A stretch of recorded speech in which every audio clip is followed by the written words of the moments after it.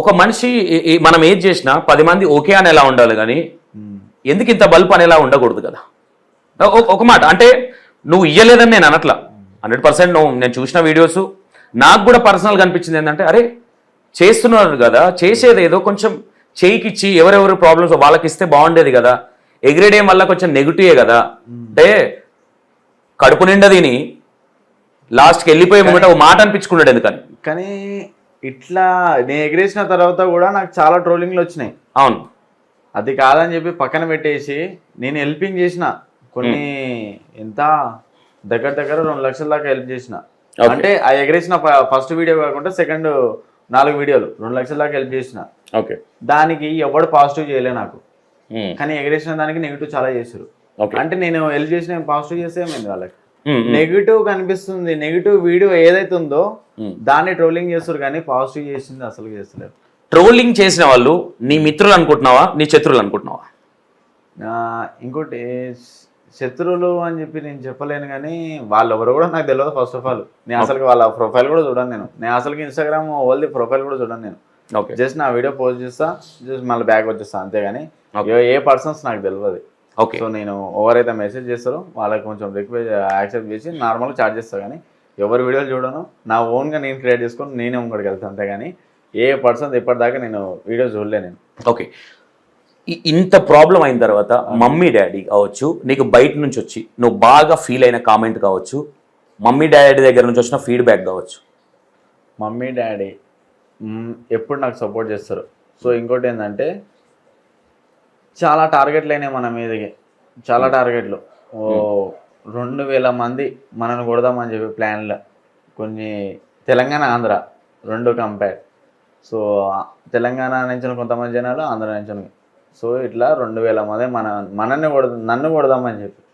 Okay, నీ తెలంగాణ ఆంధ్రానా? నా Telangana. So నేను కానీ మనకి ఎందుకు టార్గెట్ చేశారు అనుకుంటున్నావు వాళ్ళు? డబ్బులు ఎగరేసినాం, విందగా నుంచి ఎంతైనా లాగొచ్చు మనము అని చెప్పి బ్లాక్మెయిల్ చేసి. సో ఏంటంటే నేను ఎగరేసిన, నేను జస్ట్ ప్రమోషన్కి వచ్చిన డబ్బులు నేను ఎగరేసిన. నేను దాంట్లో మనకి ఏం లేదన్న లాభం. సో జెన్యూన్ గా చెప్పు, ఇంత జరిగింది కదా, నువ్వు చేసిన పని సమర్థించుకుంటున్నావా? తప్పు నాది కూడా ఉందా అని అనుకుంటున్నావా? తప్పు నాది లేదు. ఫస్ట్ ఆఫ్ ఆల్ ఇంకోటి ఏంటంటే నాకు ఇట్స్ మీ జోన్ ఉంది.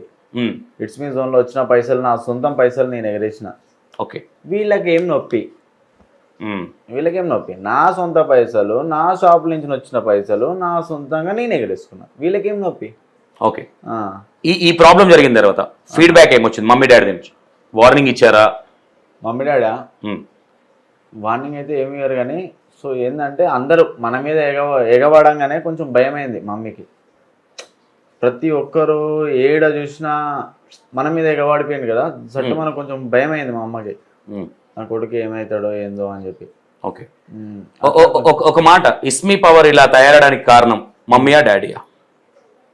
మమ్మీ నేను నా దగ్గరకు వస్తే మంచిగా చూసుకుంటాను.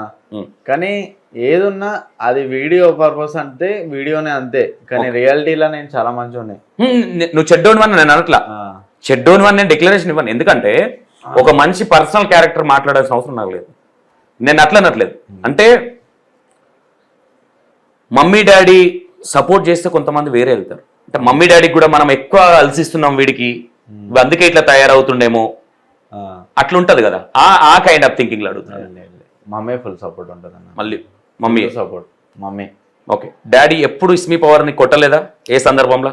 డాడీ కొట్టిండు, చాలా కొట్టిండు. స్కూల్లో కొంచెం చిన్న పంచాయతీలు అయి ఉండే, సార్ మీద చేయలేప్పుడు కొంచెం వేరే లెక్కలు చేసిండు మనం. అంటే ఫస్ట్ ఆఫ్ ఆల్ నన్ను ఎవరు తిట్టినా నేను పడనన్నా. ఓకే, అది ఎవడైనా ఉండని నాకు తెలియదు, చేయలేపినా నేను. వాడు నార్మల్గా నా చోవు పట్టిండు సార్. అంటే రెస్పెక్ట్, అది ఇచ్చే రెస్పెక్ట్. కానీ ఫస్ట్ ఆఫ్ ఆల్ మా డాడీ లేపితేనే నేను పడను, అట్లాంటిది వాడు నాకు చేయలేపితే నేను పడతాను అని చెప్పి చేయలేపిన. స్కూల్ నుంచి డిస్పాచ్ చేసినప్పుడు అప్పుడు కొట్టిండు నాకు మా డాడీ. ఫస్ట్ టైం అప్పుడే కొట్టిండు. డాడీ మీద సార్ మీదకి చేయలేకపోద్దు, సార్ మీదకి చేయలేకపోద్దు అని చెప్పేసి. ఏ క్లాస్లో అది? నేను 10th క్లాస్లో ఉన్నప్పుడేమో లేపిన చెయ్యి. ఓకే, చేయలేపిన అంటే ఎట్లా లేపుతావు నా మీదకి చెయ్యి అని చెప్పి.